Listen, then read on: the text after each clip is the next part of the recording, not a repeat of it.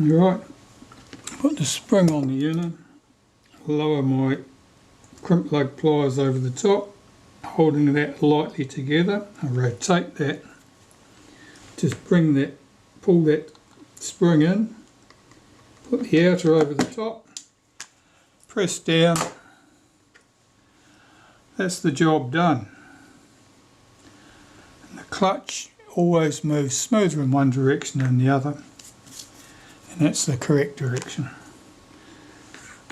I'll put some synthetic grease through the centre of the clutch assembly, drop it in on the top of the take-up shaft, rotate it till it engages the slots in the top of the film take-up spool, and we can put the top push in place. Put a good generous blob of grease onto that set of pawls there, run some through the centre, drop that in place. If I rotate the take-up spool with my thumb, that should just drop down into place. Everything should engage.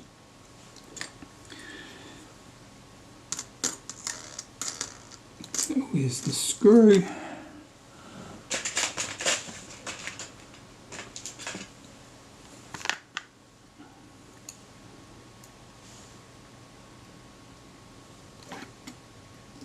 Panhead screw on that side. Just run that down lightly at the moment. I might need to move this around a bit. On the other side, we've got a little standoff. That must be plain side up, not countersunk side up. A little pawl, which I'll just put a touch of grease on the inside of that. Sit on top of that standoff, and the shoulder screw.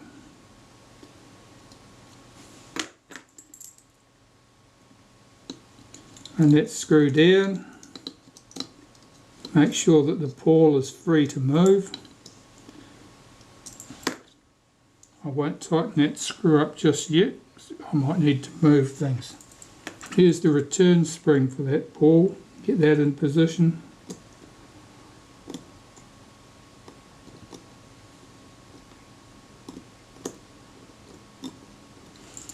So the pawl is pushed towards the centre.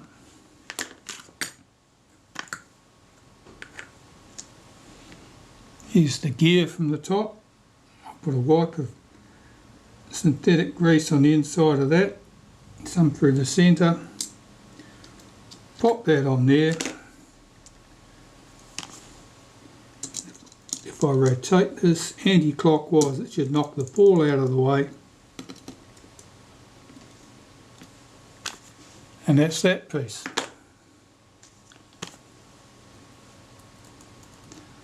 This spring, I'm just giving that a wipe of synthetic grease.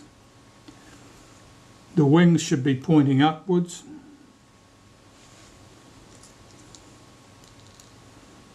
This piece goes on top. This piece goes on top of that in the middle. Get that all seated nicely. There's the washer that goes on top. Now I've got to put some tension on here yet, so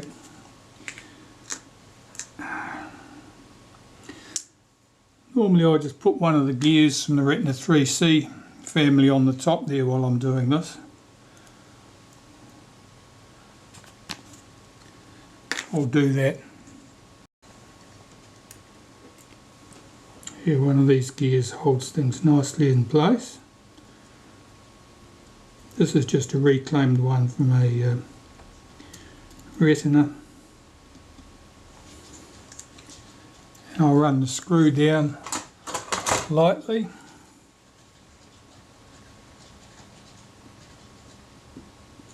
You could use any sort of washer you liked in that position. You may, if the hole in the washer wasn't so big that it was fitted, you'd just run the screw down and be done with it. Okay, so there's that. And I can just rolling my take-up spool with my thumb, I can see that moves smoothly.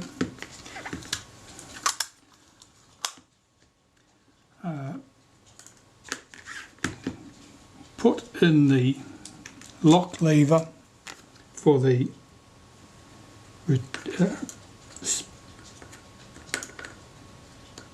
rewind button. I'm just going to take some molybdenum paste in this case and just run it over the tip of that and some through the centre. You could use any grease you like there. That's just for where this thing comes in contact with the film advance. The film advance trips that lever back up. We'll put its spring back in there and the shoulder screw. 2 shoulders on the screw, 1 for the lever, 1 for the spring. You may need to move both about so that the screw goes in correctly and that the lever is free to rotate around the screw and doesn't just get caught underneath it. Just like that.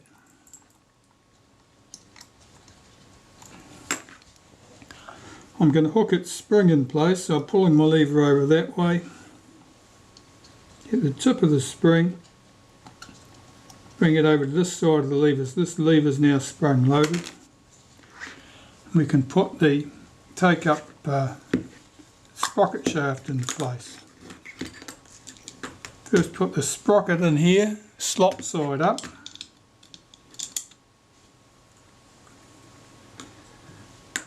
Take our sprocket shaft. I normally give that a wipe with some synthetic grease. Hit the top and bottom of the shaft. I usually put a touch on the teeth too for good measure. This should just slide in. If it doesn't slide in, it probably means that this business is all pushed over too far. So if those screws are slightly loose, you can push this back out of the way and drop this down. So I've got to guide that shaft up through the hole in the casting at the bottom. The tip of the tweezers will normally do that. And pull this lever back and I can push that lever, that shaft all the way up. It's now fully engaged with the gear at the top. If I roll the sprocket with my finger, I can see that the hole comes up in that slot. And I can put the screw in there that drives the sprocket from the sprocket shaft.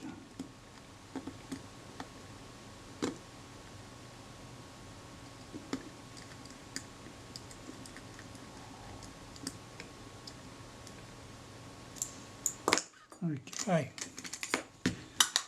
at the bottom of the camera I want to put my rewind button and its return spring in place.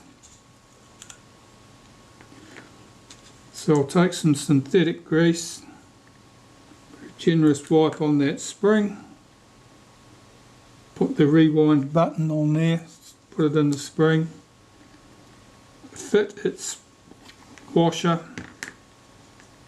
and screw that in to the end of the sprocket shaft.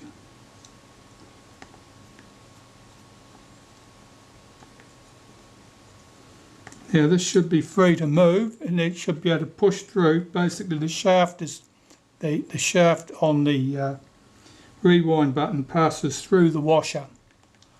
It doesn't get caught on the shaft of it. Okay, that's good. I'll tighten that with my pliers in a second. Okay, at the base of the camera now I want to wind 1 full turn of tension on the film advance. So I will hold back the release lever, wind 1 full turn here, clockwise.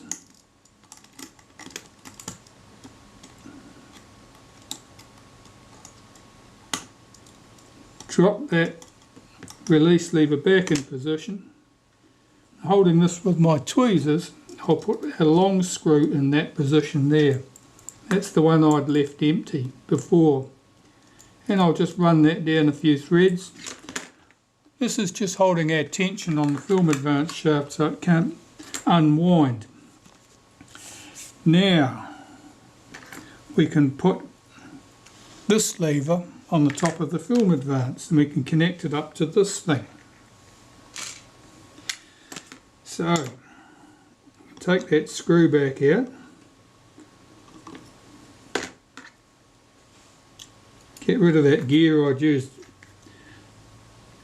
temporarily, put this over the squared hole goes over the end of the shaft.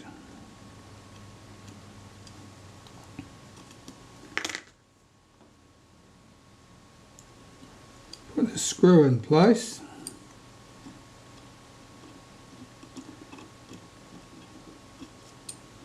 I've got a magnetic screwdriver, it's driving me nuts.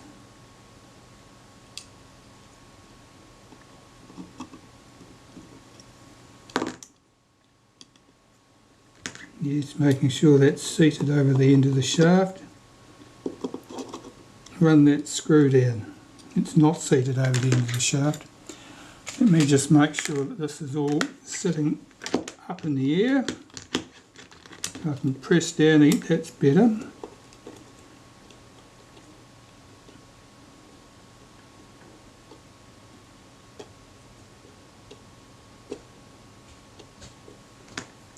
Why is that not seated correctly?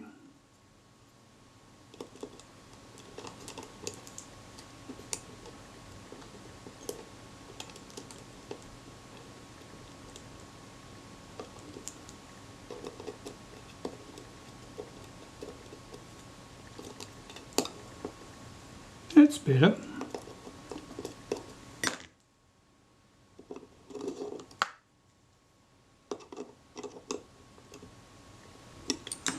Okay, so that's all in place. The rest of our lever here, because we've got a two-piece lever on this camera, it's not like that in any of the other Retinettes that I'm aware of. So this piece goes in first. I'll just hook that into there. This lever goes over the top. And we have two small black screws that go over there and hold that together. Now I haven't got those adjusted. I don't know where they're going to end up sitting. There's a little bit of adjustment there. We'll know that once we've got the shutter back in the camera. But at that stage the film advance is complete at the top of the camera and I can close up the bottom of the camera. So we can take that screw out that I'd put in there to stop the film advance backing up.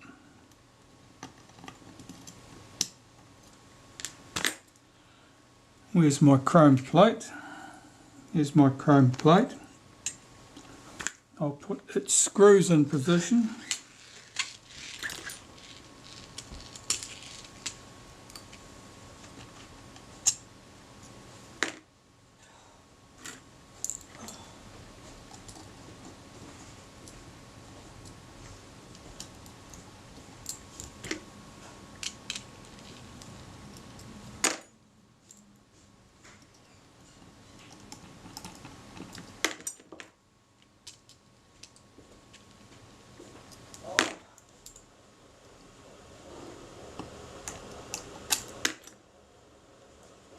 Here we've got the screw missing from this position here, which I haven't done anything about replacing yet. Let me get that in position.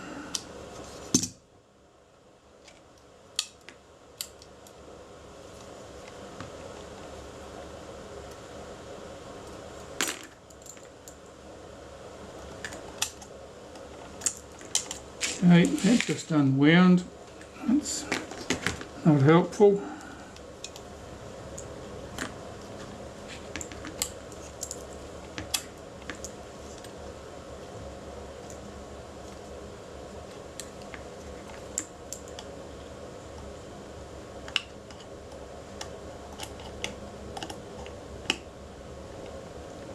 Make sure those 3 screws are all tight.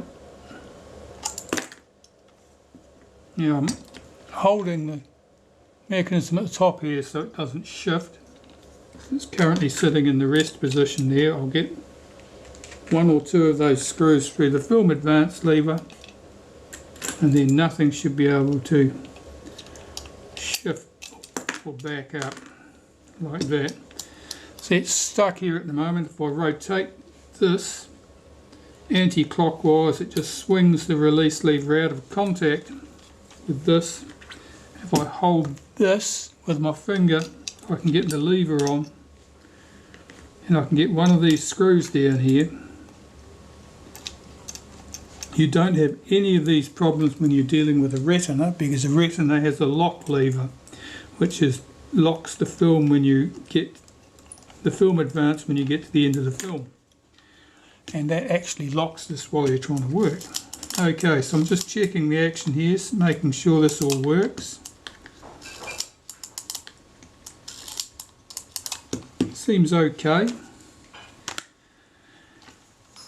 I'll put the 3rd screw in there, just so I've got them all in one place.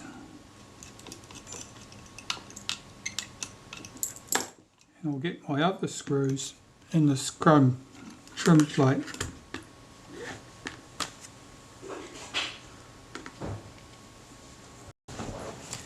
So getting the position of this bracket right and the action of that cocking piece there right, if you, as you can see here, I've got this arranged so that I've got adjustment to pull this together, to tighten it up, to make it to cock the shutter more. In other words, these screws are right at the end of their travel. So I'll make sure they're nice and tight. And if I need more movement in the rack cocking the shutter, I just need to slacken those screws up and pull these pieces together, tighten those screws. Now the position of this, the D shape. Here, if I put a screwdriver in and rotate that clockwise, the flat of the D is pretty much parallel with the top of the camera, which is much the same as the way it is in the other cameras. Now the shutter is the unusual thing, because the shutter, there is miles of play in that action. So I've just cocked that shutter, and at the moment the D is down here. We want it up here. We think that the start position, half a turn if you like, will be at the top. So if I move that round to the top, so that the flat of the D is on this side, it should cock the shutter. Now the other thing to watch with this shutter is that it doesn't locate in the front of the camera very well. The retaining ring does the locating. You can see it's got a big step in it, and that step locates the shutter in the camera body. Otherwise it would slop around like this, which is an unusual arrangement. That's just the way it is. So let's have a look at this. I'll just take this cover off. Here I've got the piece that couples to our shutter release. This notch here, I assumed that that finger dropped into that notch. I don't believe that's the case. The finger runs on the top of this. The notch is there, so presumably you could bend that up slightly and make it release the shutter more. It's an odd shaped thing. I don't think it was ever used like that. I don't think it's a good method of doing anything. So let's get this case on. You have to get this slot over the lever here, the release, and get this seated over the screw at the bottom. Now one thing to be aware of with this shutter is that this rear lens group is prone to coming loose, and if you've had it out of the camera a few times, almost certainly you'll have disturbed that. So with all of this matching, the flat of the D towards the top, let's get the shutter into the camera, assuming it will go.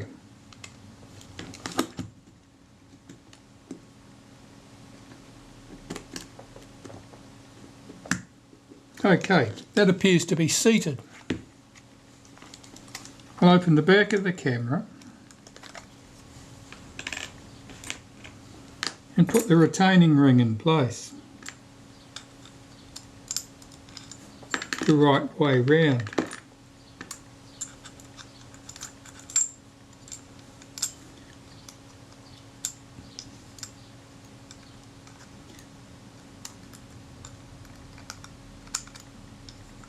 Now the retaining ring is a fairly neat fit to that rear lens element, and it's a neat fit to the camera body.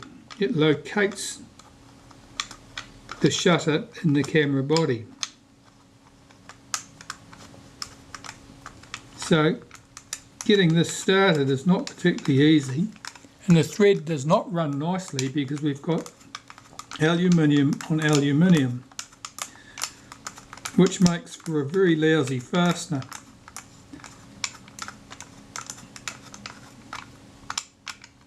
Okay, that feels tight. I've tightened that up. I'll check the cocking action. It'll run through the cocking action neatly. I'll put the release on the top and the shutter fires. So I'll cock it again,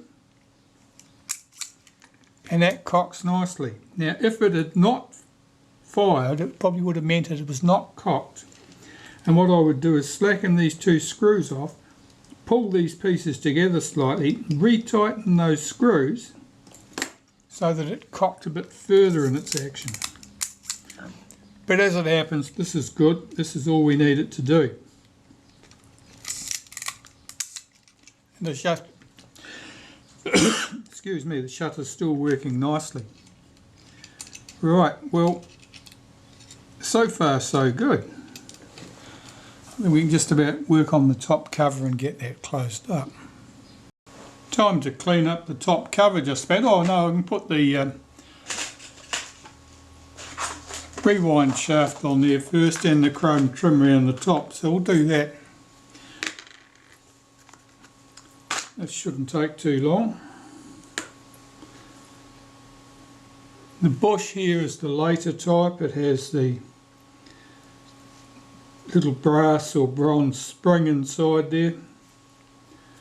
Just give that a wipe with some synthetic grease.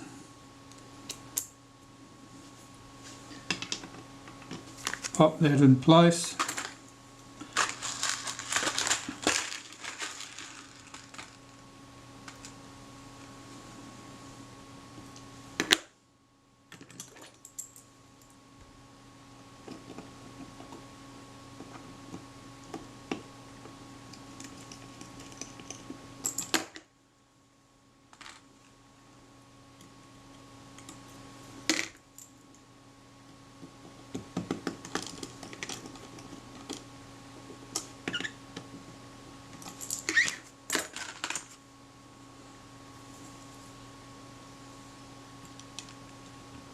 Chrome trim.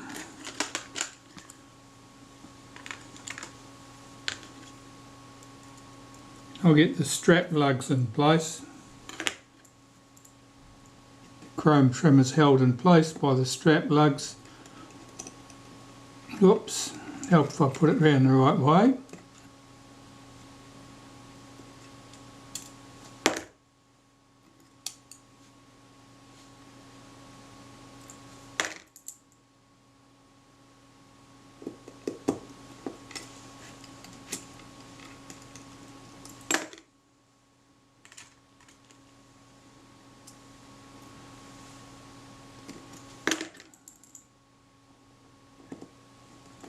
Now those holes in the strap lugs are slotted. I've found from experience that you need to push the strap lug towards the end of the top so it's right up hard against those screw heads, and that works very well for location.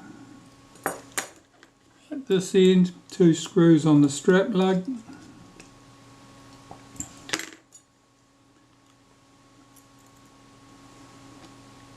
That screw's a bit ugly looking. Not sure how that came to look like that.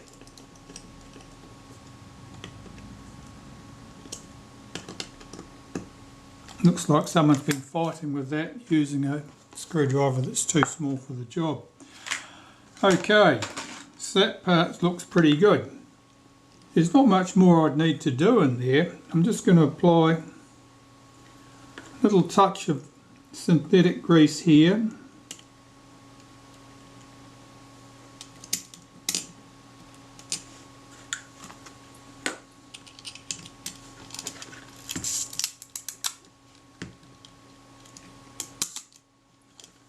Now, just listening to that, it sounded like the film advance released before the shutter. Let me try that very slowly.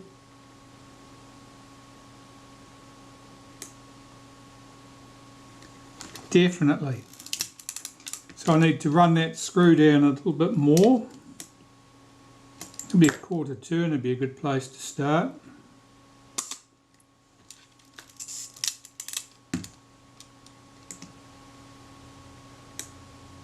Yeah, it's still releasing the film advance slightly earlier than the shutter.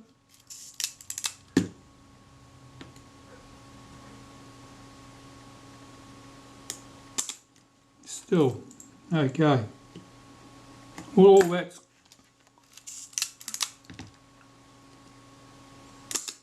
okay because as I wind this screw down, of course, it means that the spring here is under more tension, and that makes that release lever pop back up much more positively. Okay, we'll put the body aside, clean up this top cover. Now, this will be exactly the same as the other Retinette Type 022s, or at least I expect it is.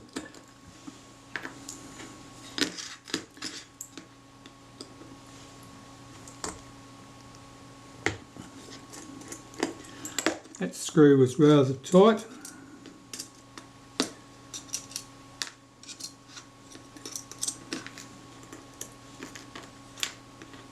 Bit of dirt and rubbish there, you can see, and on the scale. I'll remove this bracket that holds the front viewfinder lens in place.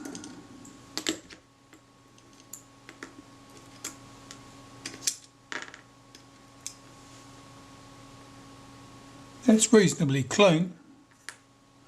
Okay, so these parts just need to be cleaned up. So naphtha and cotton buds, nothing exciting.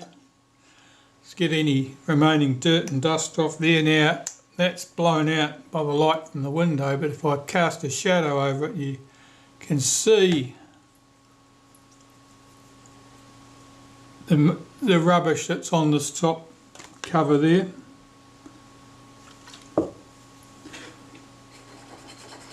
There's a little patch of corrosion right there.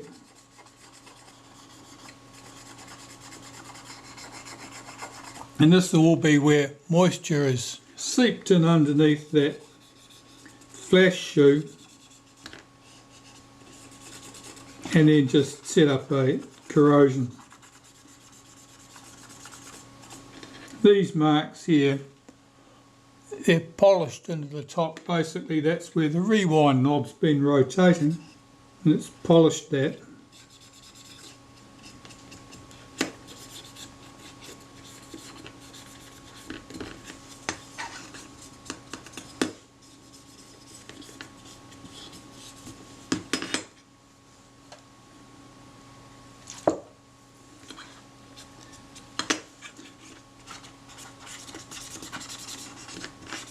I got this camera many years ago and it had obviously passed through some collector's hands.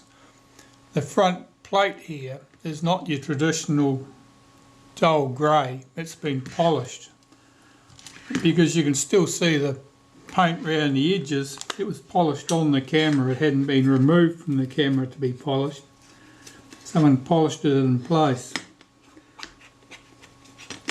So it gives it a bit of a distinctive look, if not original.